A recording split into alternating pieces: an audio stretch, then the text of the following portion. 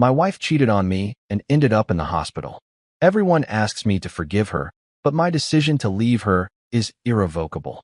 My life, until recently, was gliding along the tracks of normality, that daily routine that is sometimes appreciated and other times feels monotonous, but which at the end of the day was my reality. At 37 years old, married to my wife, also of the same age, we shared a house, memories, and a life built over many years.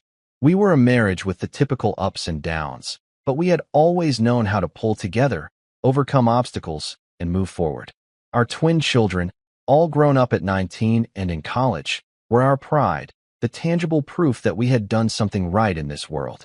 Every day was another piece of the same puzzle: established routines, jobs, dinners, conversations about daily life, nothing out of the ordinary. Even when my wife announced she had a 2-day work trip, we took it with the usual naturalness: a farewell kiss in the morning, a have a good trip, and each of us to our responsibilities. The day passed without incident. At the office, everything was as usual.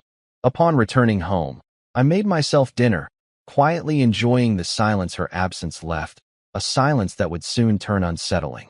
I was finishing dinner when the phone rang. It was my mother-in-law. "Hello," I answered in a relaxed tone, expecting the typical conversation about how her day was going. But her voice on the other end of the line was shaky, broken. You have to come to the hospital quickly," she managed to say with difficulty. My heart leaped. What is wrong? What happened? The tranquility of a few moments ago dissipated at once, replaced by a cold anguish. It is your wife. She is in the hospital.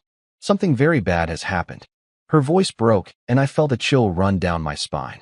Confusion overwhelmed me. The hospital? My wife was supposed to be on a trip out of town. Why was she here? And what had happened to her?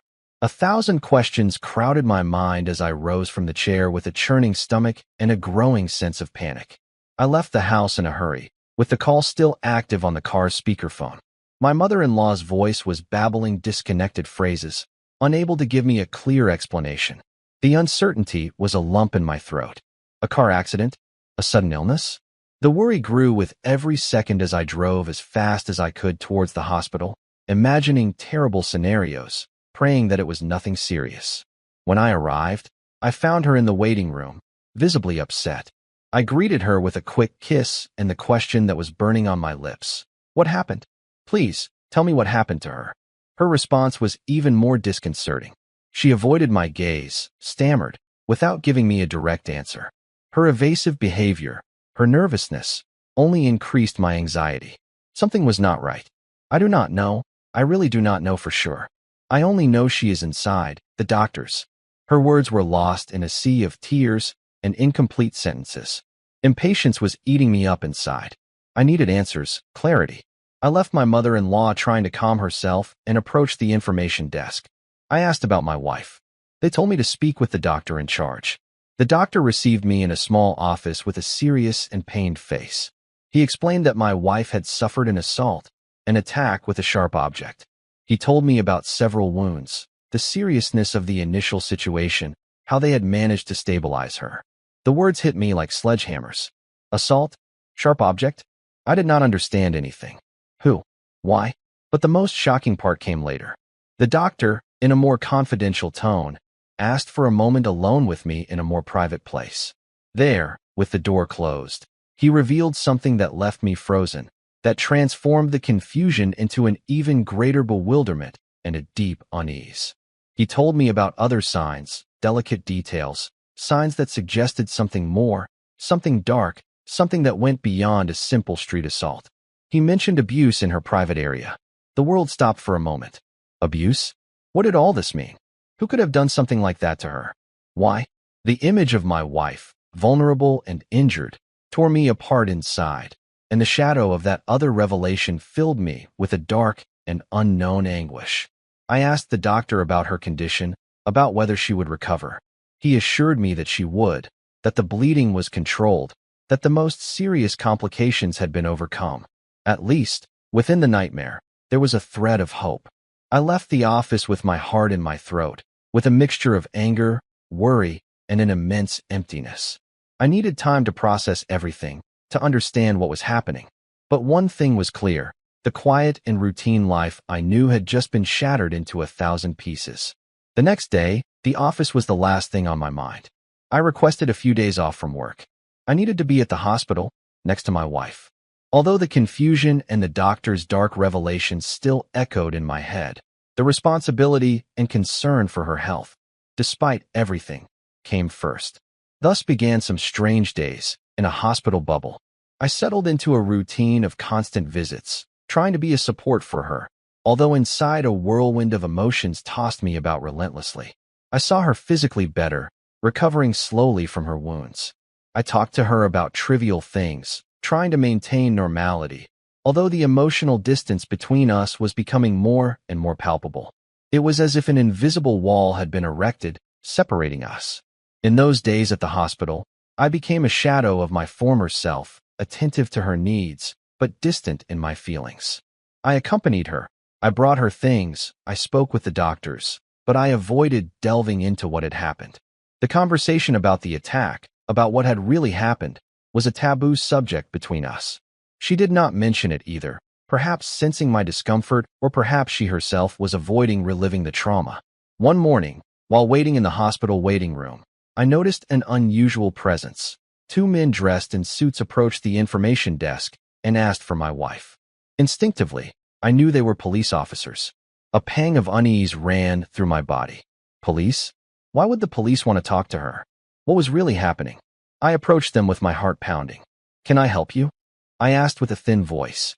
They identified themselves as police officers and explained that they needed to talk to my wife about the incident. "It was not a simple accident, sir," one of them said in a grave tone. "There are indications that it was a provoked incident." The word incident resonated in my head, loaded with a dark and threatening meaning. "Provoked incident?" I repeated, feeling a coldness in my stomach. "What do you mean by that?" "We prefer to speak directly with your wife, sir. It is a delicate matter." His evasive answer only increased my confusion and my anguish. I waited impatiently for my wife to wake up from her morning drowsiness. When she finally opened her eyes, the police officers entered the room. I stayed outside, in the hallway, on edge, biting my nails, trying to guess what they were asking her, what they were revealing to her. The possibilities, all grim, danced in my mind like ghosts. What kind of provoked incident had she suffered? Who would want to harm her? And the shadow of the intimate abuse still loomed over everything, adding a layer of mystery and fear to the situation. The minutes passed, which felt like an eternity. From the hallway, I watched the closed door, trying to read in the police officers' body language some clue, some sign. But their faces remained impenetrable. Finally, the door opened. The police officers came out of the room and asked for a moment with me. They invited me to accompany them to a more discreet place, a small empty meeting room at the end of the hallway. There, with the seriousness that anticipated the worst, they revealed the truth to me. A truth that hit me with the force of a hurricane, that destroyed what little stability I had left, and that changed my life forever. "Sir," one of the agents began, looking me directly in the eyes, "what happened to your wife was not a random assault. It was an attack in a very different context." He paused, as if searching for the right words, or perhaps simply preparing me for the impact of what he was about to tell me. "Your wife was with another man in a motel." The words hit me like a dry blow to the chest, leaving me breathless. In a motel? With another man? My mind went blank, unable to process the information. I felt as if the floor opened up under my feet, letting me fall into a dark abyss. "It was there that she was attacked, by that man," the policeman continued. "He stabbed her repeatedly. That is the reason she is in the hospital." The room began to spin. My breathing became short. With another man? My wife cheating on me. And it had all ended in violence, in blood, in the hospital. The betrayal and the brutality were intertwined in a grotesque and painful image. The police explained the details they had been able to gather so far. The motel, the encounter, the assault, the man's escape. Everything fit. Everything was terribly real. "We understand that this is a very difficult situation, sir," the other agent said with a tone of false compassion. "We recommend that you be strong." Strong? How was I supposed to be strong in the face of such a revelation? My world had collapsed in an instant. The woman I loved, my life partner, the mother of my children, had cheated on me, had betrayed me in the worst possible way, and it had all ended in a bloodbath. The police said goodbye, leaving me alone in the meeting room with the naked and brutal truth hitting me in the face. I left the hospital like an automaton, aimlessly, with my heart in pieces and my mind flooded with unanswered questions. I needed air, I needed space, I needed time to absorb the blow. I simply needed to disappear. I left the hospital and walked aimlessly. My feet took me to a nearby park, a green space with lonely benches under the shade of the trees. I collapsed onto one of them, my gaze lost in the distance, trying to process the bomb that had just exploded in my life. Infidelity, assault, motel. The words echoed in my head, forming a bitter cocktail of betrayal and violence. The truth was a dagger stuck in my soul. The woman I thought I knew, the woman with whom I had shared so many years, had cheated on me, had humiliated me in the most painful way. And worst of all this had ended in a brutal act, in a hospital, with her life hanging by a thread. I felt a mixture of anger, pain, confusion. An immense emptiness was opening up inside me, swallowing any trace of the life I knew.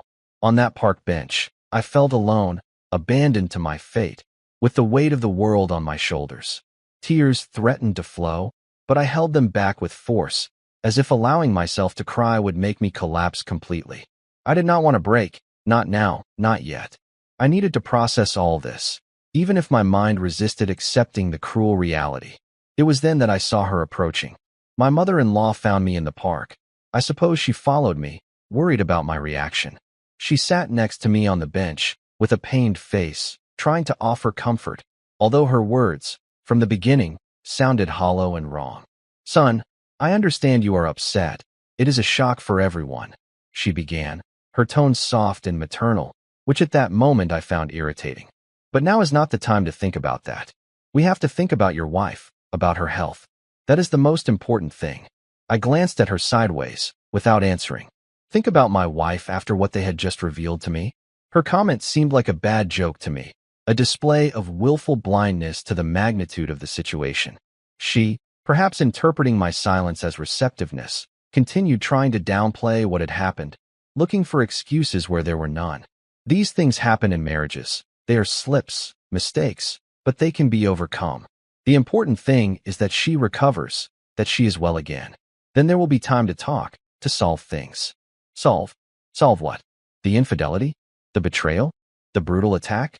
Her words sounded absurd to me, as if she were trying to convince me that all this was a simple stumble, something we could sweep under the rug and go on as if nothing had happened. The anger began to boil inside me. Anger towards my wife for her deceit, anger towards her lover for the violence, and also anger towards my mother-in-law for her attempt to minimize the unforgivable. I stood up from the bench abruptly, interrupting her in the middle of her well-intentioned but completely out-of-place speech.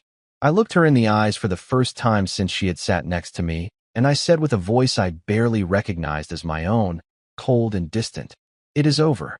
My mother-in-law looked at me with disbelief, not understanding the weight of those two words. "What is over, son? Do not talk nonsense. Think about your wife, about her condition. Do not be selfish now." Her tone rose, moving from comfort to reproach, but I was no longer willing to listen. "Everything is over," I repeated with more firmness. "There is nothing to solve. It is over." I left her in the park, with her shouts and reproaches echoing in my ears. I did not care what she thought, what she said. My decision was made. There was no going back.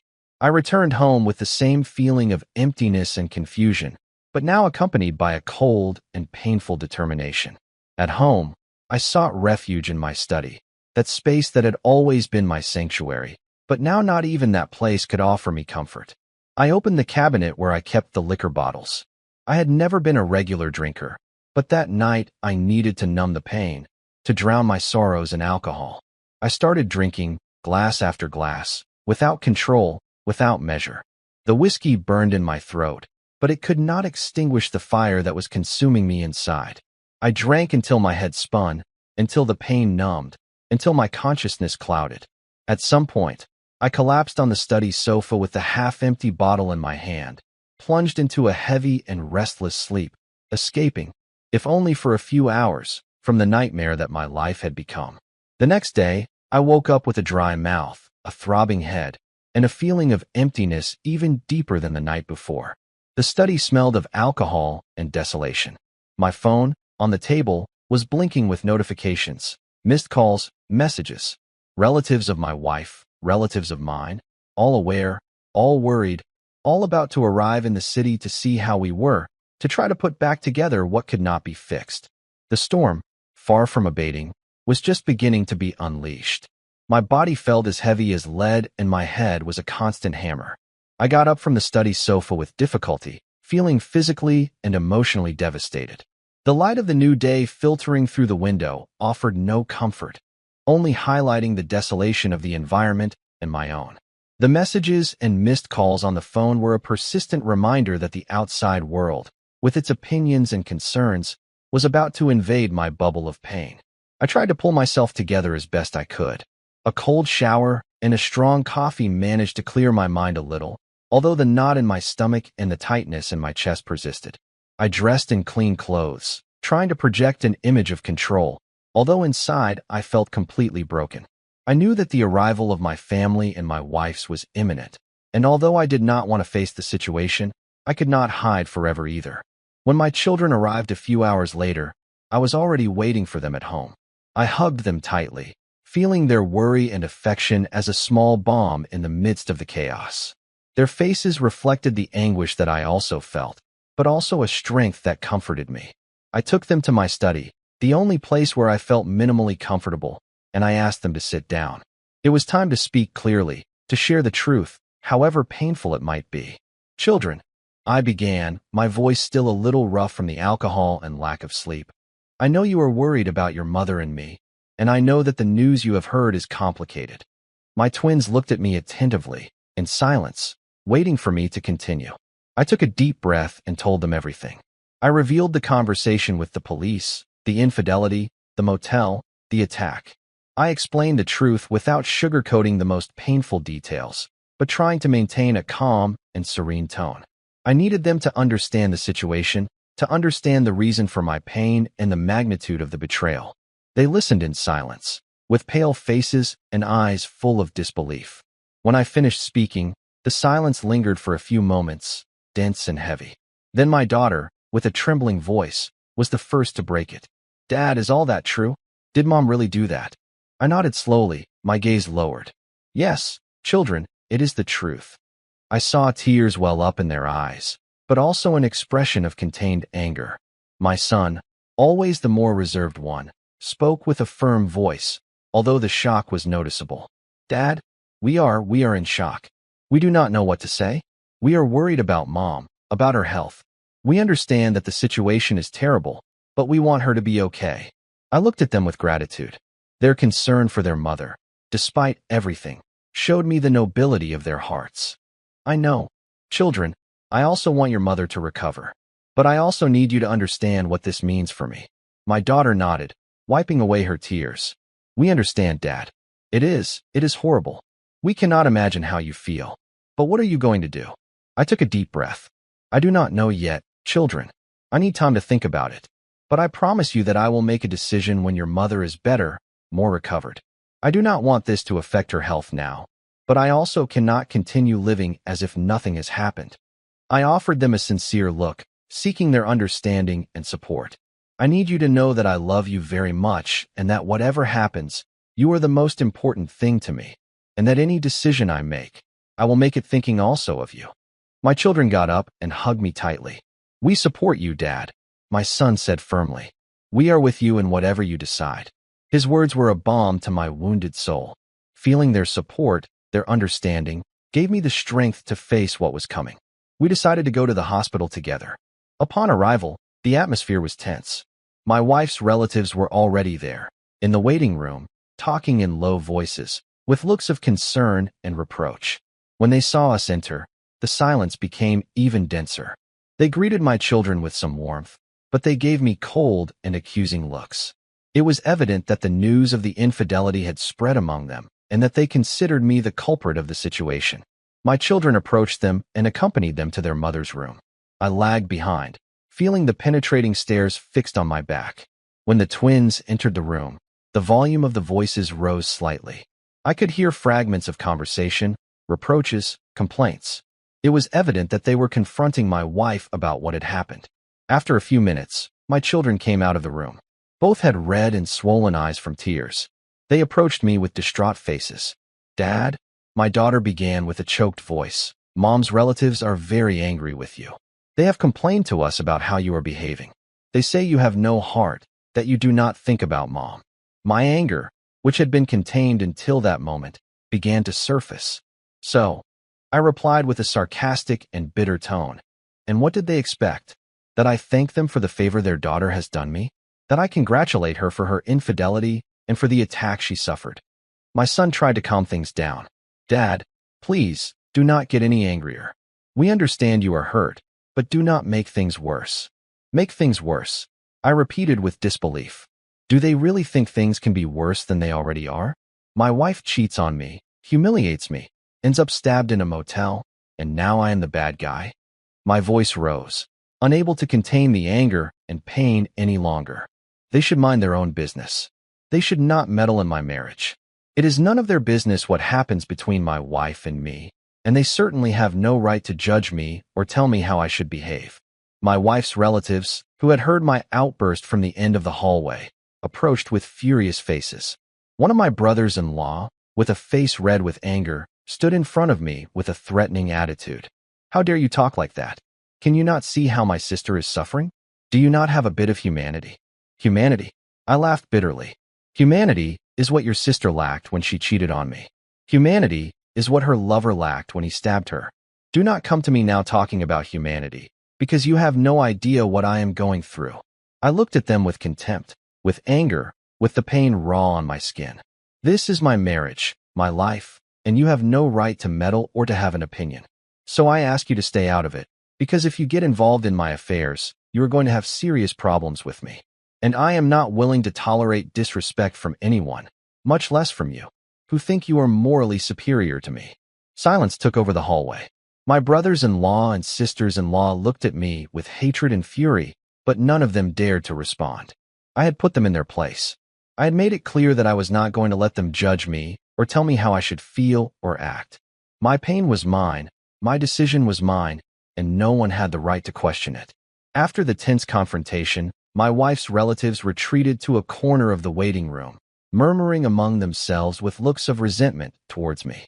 My children, visibly affected by the scene, approached me cautiously. After my children came out of the room crying, they approached me with reddened eyes and asked me with a barely audible voice, "Dad, you go in too, please, but do not be so hard on Mom. She is very delicate right now." Their words, although laden with concern for their mother, touched a sensitive chord in me. Despite all the pain and anger, I knew I should not vent my fury on her in her vulnerable state. I nodded in silence and prepared to enter. As I crossed the threshold of the room, I felt a knot in my stomach. Just a few days ago, this was the place where I was consumed with worry for the woman I loved. Now, looking at her in that hospital bed, I only felt disgust. Yes, disgust. That was the word that best described the mixture of repulsion and disappointment that was invading me. An uncomfortable silence spread between us. She looked at me with moist eyes, waiting perhaps for some reaction, some word. I, on the other hand, just sat in a chair next to the bed without saying anything, observing her with a distant coldness. Finally, it was she who broke the silence, and she did it in the most unexpected way, with a trivial question, as if we were having a daily conversation, as if nothing had happened. How are you?" she asked with a thread of a voice, trying to force a smile. "Have you eaten anything?" Her question, so out of place, so alien to the emotional storm that enveloped us, left me dumbfounded. Did she really think we could talk about the weather or dinner after everything that had happened? I looked her straight in the eye and let out the question that was burning inside me, the one that summarized all my pain and my confusion. Why? Upon hearing my question, her facade of normality crumbled. Her eyes filled with tears, and her lower lip began to tremble. It was not my fault," she stammered between sobs. They forced me. Please, understand me. I love you, only you."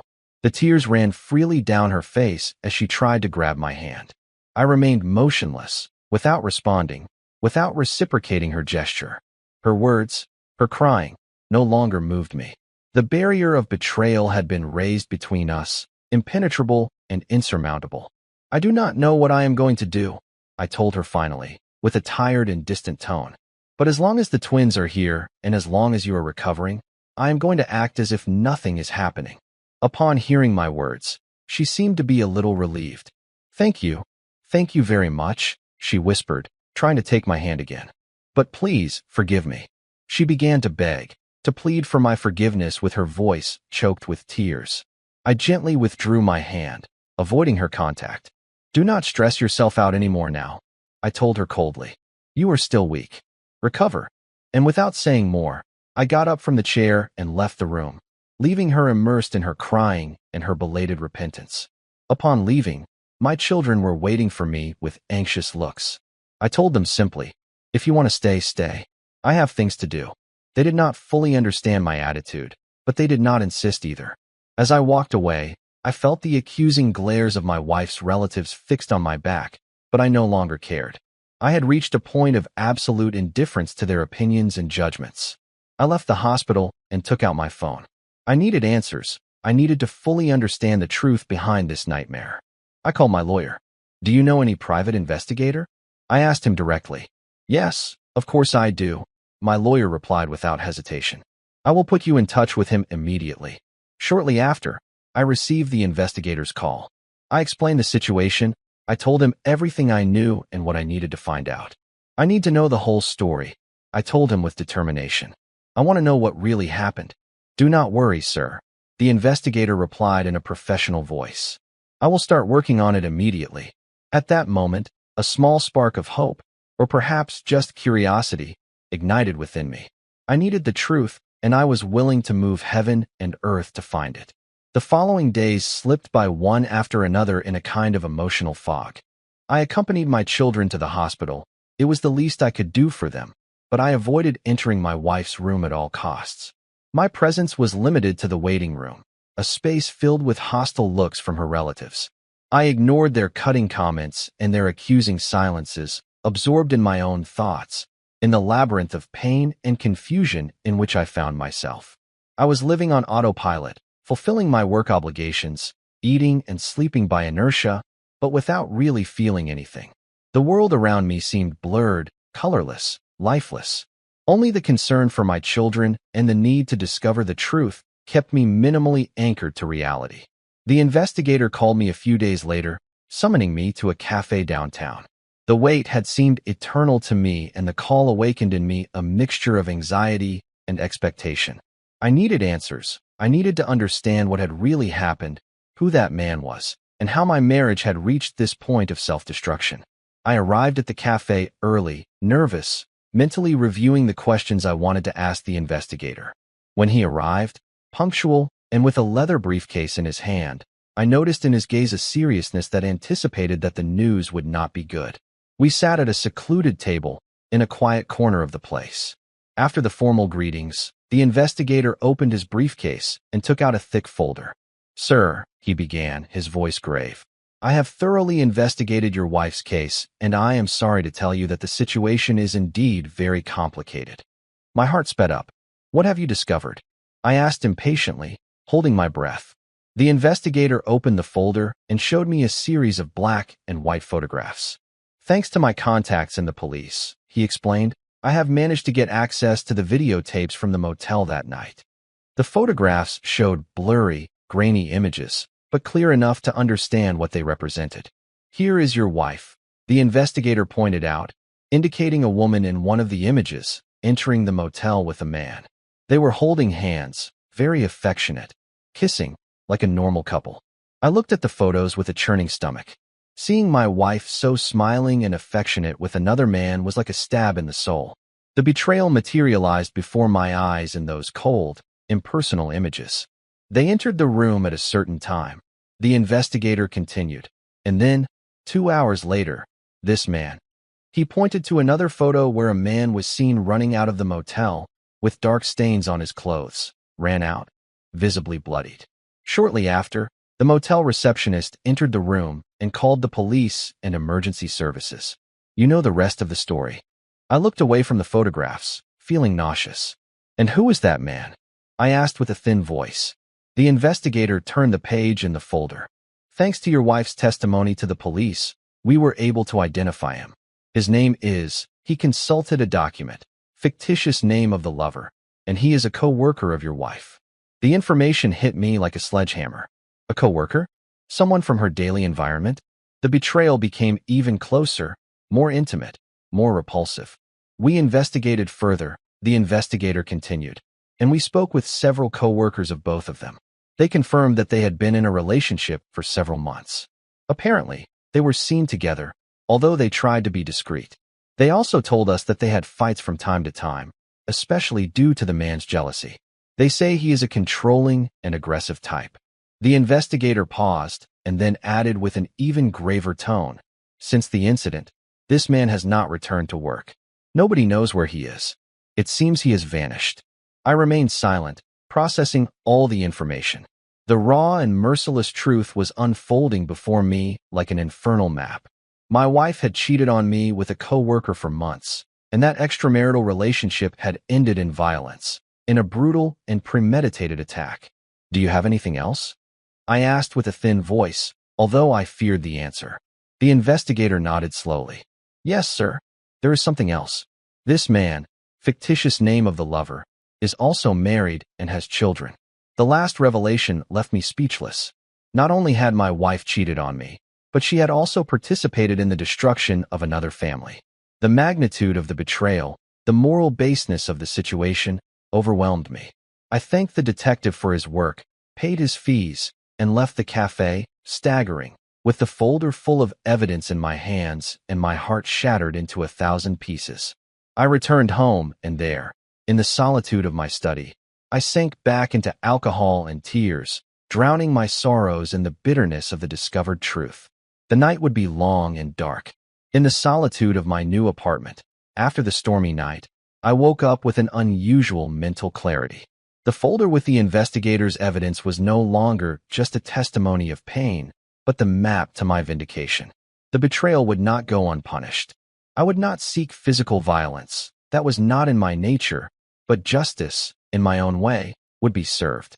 With a steely determination, I went to my lawyer's office. I reiterated my decision for a divorce, but this time with a different nuance. It was no longer just a personal need, but an act of justice. I asked him to speed up the proceedings as much as possible and to prepare a relentless legal strategy. This time there would be no concessions. The following weeks, while my ex-wife was recovering physically in the hospital, I built my silent and legal revenge. Each visit to the hospital became a calculated act, a necessary farce to not raise premature suspicions and to protect my children. I kept the conversations trivial, the mask of a worried husband, while inside I was brewing my plan. I watched my ex-wife. I listened to her pleas for forgiveness with a studied impassiveness, savoring internally the moment when the truth and justice would be revealed. Parallel to the divorce process, I contacted a labor lawyer, an expert in cases of unfair competition and damage to corporate image. With the evidence in hand, especially the photos from the motel and the testimonies of the colleagues, we prepared a lawsuit against my ex-wife's company and against her lover, demanding substantial financial compensation for the damages caused. It was not just about my personal pain, but also about the reputational damage that their clandestine relationship had generated in the professional sphere of both. On the day of my ex-wife's discharge, I picked her up with the same distant formality of the last few weeks. On the way home, I avoided any personal conversation, limiting myself to superficial comments about her physical recovery. Upon arriving, my children, unaware of the legal storm that was brewing, tried to create a peaceful family atmosphere. I allowed them that illusion for a few days, knowing that soon the truth would come to light, but I wanted to protect them from direct confrontation at the most heated moment of the conflict. Once my children returned to college, I summoned my ex-wife for a definitive conversation in the study, now completely empty, a palpable symbol of my irreversible departure. When she entered, with hope still shining in her eyes, I took out the documents, the photos from the motel, the detective's report, the divorce papers, and a new, bulky, and official envelope. "What is this?" she asked with a trembling voice, pointing to the last envelope. "Justice." I replied with a gelid calm that completely disarmed her. These are the documents of the lawsuit I have filed against you and against your partner for moral damages, economic damages, and damage to image. Her face contorted. The crying and pleas for forgiveness transformed into disbelief and rage. You are going to sue me after everything I have suffered, after being on the verge of death? Precisely, I replied with a bitter smile. After everything you have made me suffer, and after putting your life at risk for a miserable affair. Your actions have consequences, and now you are going to face them. She tried to negotiate, threaten, emotionally manipulate me, but I stood firm, immovable. I made it clear to her that the divorce was inevitable and that the lawsuit would follow its course. Do not expect a single cent from me in the divorce, I told her forcefully. And prepare yourselves, you and your lover, to assume the economic and professional consequences of your actions. I left the study, leaving her desolate and furious, and closed the door on a dark chapter of my life. The calls and messages from her relatives continued, now loaded with insults and threats, but they no longer affected me. I had regained control of my life, and justice, although late, was beginning to take shape. The divorce process was long and contentious, as she wished, but the labor lawsuit was advancing solidly, backed by irrefutable evidence. In each hearing, in each meeting with her lawyer, I maintained the same coldness and determination. I was not seeking personal revenge, but a fair reparation and an exemplary punishment for those who had betrayed and humiliated me. Finally, the judge ruled the divorce on my terms, with no concessions from my ex-wife. And the sentence of the labor lawsuit was even more satisfactory. My ex-wife's company, pressured by the negative publicity and the evidence presented, agreed to a substantial financial compensation, both for me and for the company affected by the lover's actions. The lover, for his part, in addition to being criminally prosecuted for the assault, was condemned to pay a considerable sum of money for damages. I had a final conversation with my ex-wife, already in the courts, after the signing of the divorce. Her face reflected bitterness and defeat. She reiterated once more her regret and her love. I looked at her with indifference, feeling a cold satisfaction at seeing her reap the consequences of her actions. True love does not betray, does not deceive, does not destroy, I told her with a firm voice. This is the result of your choices. Now live with them. I left the courts with the feeling of having closed a vicious circle. Justice, although cold and legal, had arrived. I did not feel joy or jubilation, but a deep inner peace, the satisfaction of having defended my dignity and of having obtained a fair reparation for the damage caused. In my apartment, I started a new chapter. I resumed my hobbies, reconnected with old friends, enjoyed the company of my children, who celebrated my strength and my decision to rebuild my life. I learned through them that my ex-wife's lover was serving his sentence and was also facing the consequences of his actions in his own family. I also learned that my ex-wife had lost her job and was struggling with depression, but that part of her story no longer belonged to me. I looked to the future with hope, with the certainty that I had overcome a painful trial and that I had emerged from it stronger and wiser. Justice, in the end, had had a bitter taste, but also a strangely satisfying one. The taste of vindication, of recovered dignity, and of the beginning of a new and promising dawn.